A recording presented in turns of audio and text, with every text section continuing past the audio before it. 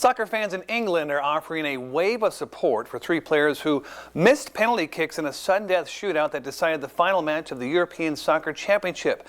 The players were blasted with racist abuse online after the game, and police are tracking those abusive posts, trying to find the people responsible. Others are pointing fingers at top officials accused of enabling the racists. More now from London's Wembley Stadium, the home of England's national team. It was the moment England's Euro Cup championship dreams came crashing down. Now, three young black players who missed their penalty shots, Bukayo Saka, Jadon Sancho, and Marcus Rashford, find themselves the targets of online racism so vile, London's Metropolitan Police are investigating. We are incredibly proud of what they've Gareth done. Southgate manages England's team. For some of them to be abused is unforgivable, really. We, I think, have been a beacon of light in bringing people together. A heartfelt message of unity for multicultural Britain that critics accuse Prime Minister Boris Johnson of trying to divide. At the start of the tournament, Johnson refused to condemn fans who booed England's players for taking a knee as part of anti-racism protest, with a spokesman saying the Prime Minister was, quote, more focused on action rather than gestures. But after Sunday's final, Johnson had this to say to those spewing racist hate online.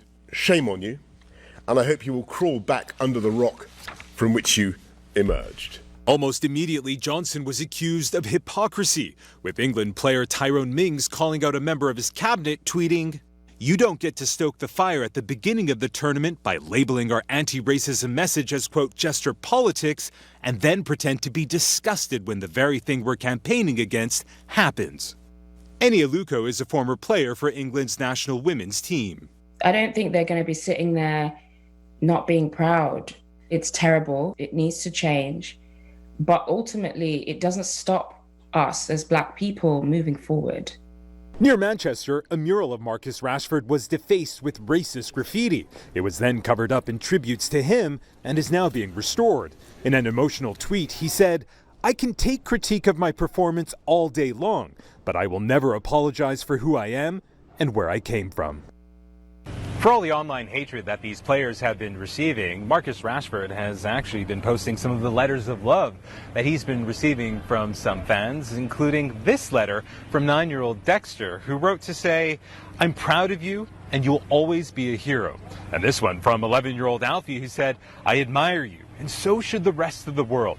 And another letter that said, "You should be proud that you made it to the final. You tried your hardest and that's very much good enough."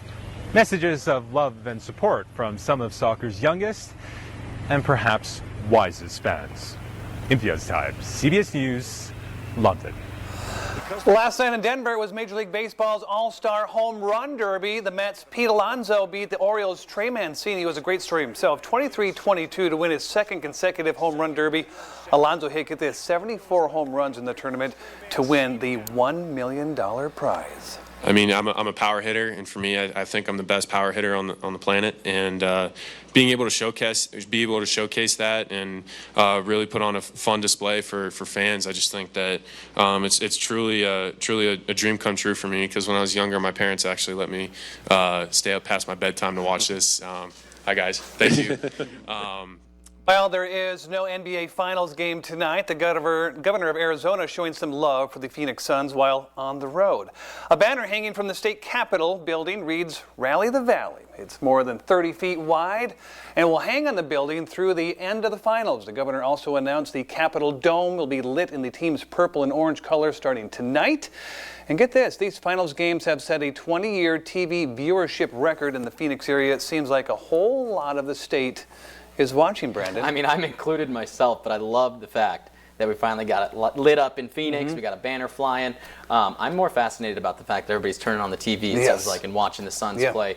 I don't know if maybe the state didn't expect it. I know it was kind of a shocker to me quite a bit. So everyone's excited. 53 years without a championship, so why not turn on? Right. Long awaited, and let's talk about Game 4 real quick while I have you here. What do you think we can expect? Devin Booker had a rough Game 3. He's going to have to turn it up if we're going to stop Giannis. I think you're going to see a lot of what happened yesterday. I think it's going to be a hard-fought game, but it's hard to win in Milwaukee. You know, they're just as hungry as the people in Phoenix are. So I'm just hoping for a great game. Also, the Major League All-Star game is underway as now. Yeah, It is. We'll have to check in at that tonight at 10. Yes, sir. Sounds good. All right.